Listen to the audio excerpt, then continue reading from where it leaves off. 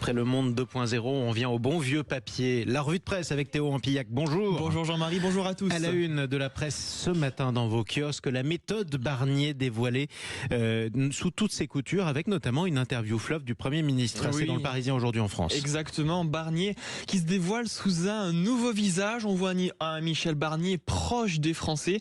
Il le dit, il veut s'inspirer des doléances des Gilets jaunes pour régler les nombreux dilemmes qui lui font face. C'est à lire dans le Parisien aujourd'hui en France. Exactement, une interview également de certains de ses alliés qui en parlent sans langue de bois de Michel Barnier. Et oui, un Barnier anesthésie des gens. Macron l'a choisi pour passer la serpillière de ses conneries, des mots forts, des phrases de choc prononcées par un conseiller du gouvernement pourtant proche du Premier ministre. On voulait un parfum de cohabitation selon la formule imaginée par l'Élysée cet été, mais là pour le coup c'est de l'eau de Cologne.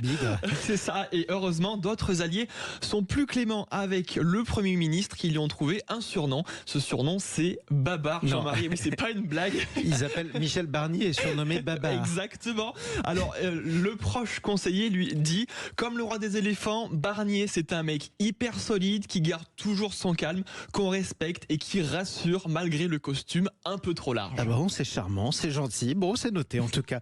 Pendant ce temps-là, dans le journal du dimanche, le coup de gueule des membres de la majorité sur le comportement jugé indécent des députés Nouveau Front Populaire à l'Assemblée. Ouais, les grands guignols de l'Assemblée, les mots forts d'un pilier du groupe EPR qui ne mâche pas ses mots. Il fustige les députés de gauche qui n'en ont rien à faire des débats. Les uns font de la politique sur les réseaux, les autres font de la vraie politique. Alors concernant le budget, la porte-parole du gouvernement, Maude Bréjon, s'est exprimée dans le Parisien aujourd'hui en France à ce sujet et elle le rappelle que le gouvernement ne cédera pas à la facilité du 49.3. Oui, on verra ça en tout cas. Emmanuel Macron, pour sa part, se rend dans une visite historique au Maroc dès demain.